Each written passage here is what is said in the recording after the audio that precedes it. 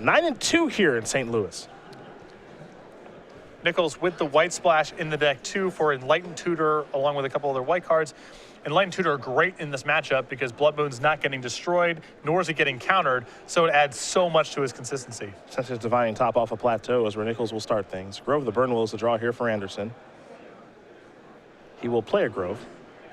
Looks like he's going to give Chris a life since he's such a nice gentleman. And now the play may be an exploration, and it is. So Nichols will be at 21. Nichols has to be pretty stoked with this start.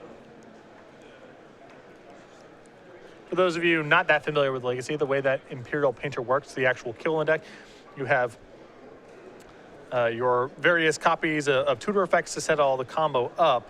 And then you have Painter Servant, you set everything to blue, you play a Grindstone, mill your opponent's deck over. You play with a lot of main deck Red Elemental Blast and Pyroblast because you have Painter Servant in the deck, and main deck Red Blasts aren't too shabby against a lot of the field to begin with. Here's a top activation. Maybe Nichols is without lands. He's got a City of Traders. And a Simian Spirit Guide. Hi. This is fun. It's a Blood Moon strategy. Chris, welcome to the feature match area. Yep. Haven't had you on so far this weekend. Let's see how this goes. He drew a Grove of the Burn Willows Mountain. And his hand is full of those. Fortunately for Chris, he does have a copy of Mox Diamond in hand to go along with some crop rotations, so he can actually cast the crop rotations. But how does he work his way out of this? That's a great question. Oh, I'm looking here at the deck, and not a lot happens. Yep. Yeah, that's going to do it. Without his lands working. So there you go. Chris is going to go to the sideboard now. Boy, Legacy is a delight sometimes. Chris Nichols will win game number 1 here over Chris Andersen. Imperial Painter up a game over lands thanks to Blood Moon. I think the format is fun as long as you acknowledge that a percentage of the time that's going to happen to you. If you're really married to the idea of, oh, I have a lot of agency over the way that all the games play out and there's a lot of back and forth, Legacy may not be the format for you, but it is fun playing with a huge card pool and just having a lot of wacky things happen. Well, we'll get to the sideboard in just a moment here, but we are going to talk about the Season 4 schedule here in the Open Series very quickly. Where we were in Atlanta just a couple of weeks ago, we watched Jacob Lively get the job done there with Green-White Megamorph. Really helped to set the stage for the Pro Tour that took place in Milwaukee. That was won by Obzon. Now we're in St. Louis. Someone's walking out of here with $5,000, 25 Open Series points, an invite to our Season 4 Invitational in Las Vegas. Next weekend, over Halloween weekend, we're going to be in Dallas. After that, we head to Philadelphia for a Standard Open Series event. Then we take a week off of the Open Series for a Grand Prix in Atlanta. You can head over to StarCityGames.com/GP Atlanta for more information about that event. A Standard Open Series event in Kansas City, a Legacy Open in New Jersey, Standard in Denver, and then the Season 4 Invitational in Las Vegas, Nevada. Standard and Modern as the Invitational formats with a 2-day $20,000 Standard Open Series event. That's December 11th through the 13th.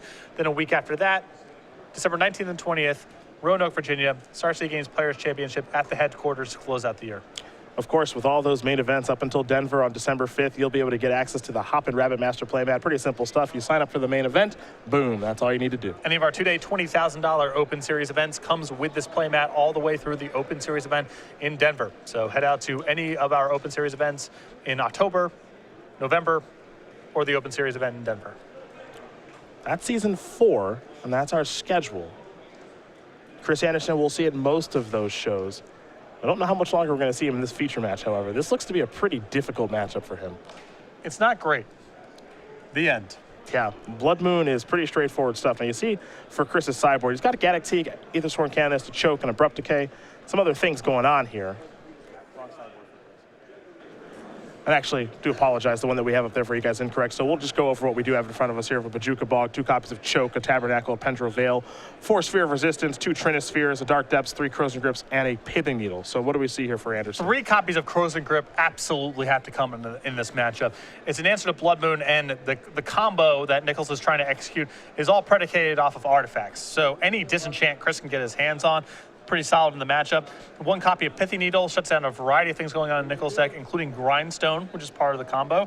I don't think this is a great matchup for Sphere of Resistance or Trinisphere, but with Chris on the play, he might go to those cards as well. Other side for Nichols is an Imperial Painter deck. I see a lot of one-ofs over there. A mismatch of various things you can Enlighten Tutor for, Red Elemental Blast, an Engineered Explosive, a Thorn of Amethyst, a Tormod Script, Ensnaring Bridge, a Scab Clam Berserker, a Circle Protection Red, a Vexing Shusher, 2 copies of Koth of the Hammer, Duragar Heads Mage, a Rest in Peace, and 3 copies of Sudden Demise. This is a very Imperial Painter smattering of cards with dubious utility. I've seen this a lot. All the anti-graveyard measures are very good here, as Chris is trying to loam and uses graveyard to good effect. So I think you're going to see the copy of Rest in Peace and the copy of Tormod's Crypt come in. I wouldn't really mess around with anything else. I guess for Chris, he's just hoping not to play against Blood Moon again. That's the trick. Now, even if Blood Moon comes out very early in the game, he does have a forest in his deck that he can fetch for or happen to draw. He also has Mox Diamond in his deck, so he can break out of the lock if it comes up. Yeah, and if he does find a Corrosion Grip, that's fine. So that's good. That's good. But we'll just have to see if he can find it. He's still going to lose to Blood Moon a good percentage of the time, but he at least has some outs. Game 1, it shows up on turn 2 like that. There's nothing he can do. Yep. Exploration, off of a Taiga. Here's a Grove of the Burn Willows. Pass the turn back over Nichols, who can play a Blood Moon or a Mags of the Moon on turn 1 very easily. There's a Wooded Foothills. He'll sacrifice that. Down to 19 he goes. The 1 circle of protection red in the sideboard. Hater in the house. Takes it seriously. Yep. Doesn't want to lose to Burn, man. Don't blame him. Matchup is not great, in my opinion, for the Imperial Painter deck. Not the best. Not the best matchup. Cop red is, making sure you take care of business. It's a good fix. Good fix to that matchup. Here's the top.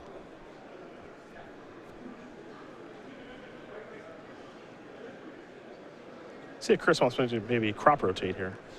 Well, I'm interested to see the angle of attack that Chris takes here. He can go for a fast Merit Lage kill. The problem is that it's vulnerable to Ensnaring Bridge. Yep. Or he can try to just grind Nichols down by setting up various Wasteland and Rashadan Port style effects. I'm not sure which path is better. I'm interested to see which one Chris goes for. Looks like it might be time to gamble. When is it not? One of my favorite Magic cards. It is a great design. I mean, if you wanted to, the problem is that the card almost always gets used for kind of cheaty purposes. You're getting a dredge card, you don't care if it gets hit. But the spirit of the card is great. Yeah. There's Gamble. See what Chris wants to search for. Looks like he might be thinking loam. Wasn't sure if you wanted to search for maybe a Dark Depths piece or a Corrosion Grip. Of all of the busted search and mana and so on type of effects in Saga Block, this is one that at least has its heart in the right place. Yep. As opposed to, say, Tolarian Academy, Time Spiral, Memory Jar, Yawgmoth's Will, Yawgmoth's Bargain, Grim Monolith, or a million other cards. I don't see a problem with any of the cards you just listed. It's just people found a way to use them effectively. There goes crop rotation.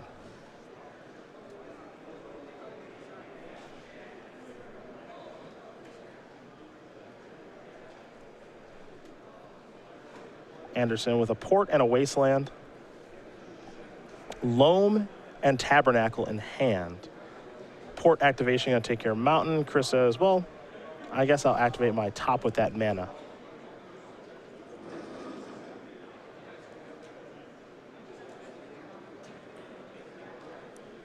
That's on the upkeep, of course. And now Nichols will draw. Arid Mesa. Does have Blood Moon in hand, just having a little difficulty getting to it at this point. I know he's got an Ancient Tomb in hand as well. The issue is just, can he navigate around the various ports and wastelands that Andersen has in play to get to 3 mana on his main phase? That's the big question. Andersen's draw for the terms of crop rotation. He's going to play a Tabernacle here.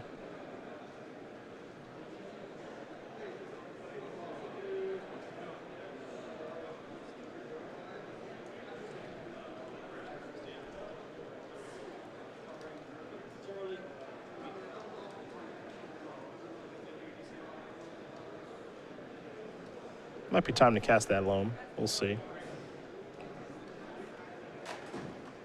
Could be time to crop rotate. A couple different ways Andersen can go here. Well, if he crop rotates and gets anything other than the forest, he is very vulnerable to Blood Moon. Yep. So the question is, does he want to be crop rotating now and doing something proactive? Or does he want to sit with crop rotation in his hand as insurance against Blood Moon? Well, there's Loam. Nothing in return. Just wants to get the engine online. Pass the turn back. Yep, nothing doing. Yeah, so he's got crop rotation he's going to want to use. Probably sacking Tabernacle. Yeah, he knows it's just too likely here. I guess he is going to go for And it. he's going to go in the draw step. Okay. This is the play, I think, that maximizes his exposure to Blood Moon. Yep. Nichols needs to have Blood Moon plus a 2-mana effect. Either a 2-mana land or a 1-mana land alongside Lotus Petal or Simian Spirit Guide. But It's just so likely for him to have that combination of cards. I feel like you need to get Loam going to really get anything going. He can't wait here all day. Chris is also vulnerable to just getting comboed out of the game. It's not like he can sit here just playing around Blood Moon indefinitely. So he's got to make a move. He's got to start to get something going, but I think Nichols is going to be able to hammer him as a result.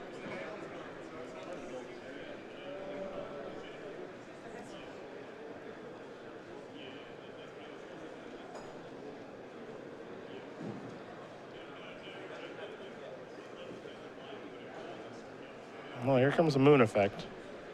Thanks to the Ancient Tomb and Plateau. Now we got to draw a Basic Forest or a Mox Diamond. I think Chris is going to be taking some draw steps here, yeah.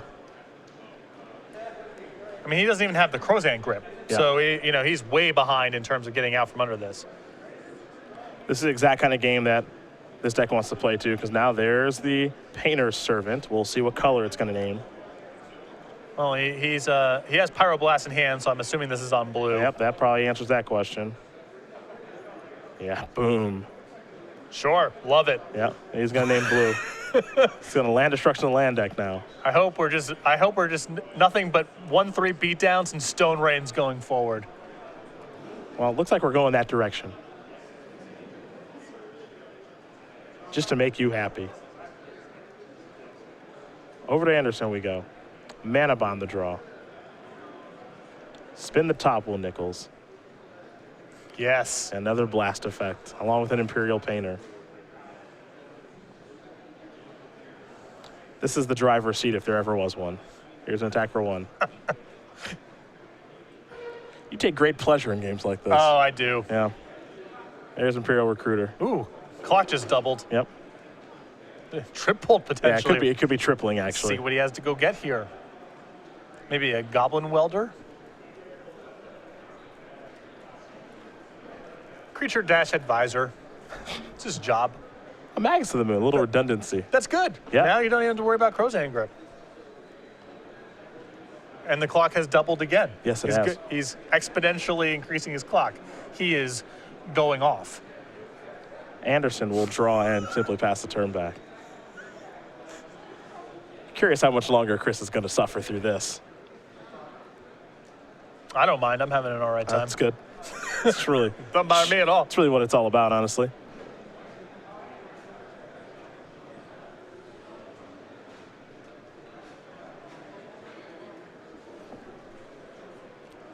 Nichols with a grindstone. It's not going to last much longer. Chris will drop his hand, and it'd actually be the Chris on the right in Mr. Nichols who wins this match over the Chris on the left in Mr. Andersen. Imperial Painter will take down lands, and for Chris Nichols, he is now 10-2. For Chris Andersen, he falls down to 9-3. That matchup is not good. Hard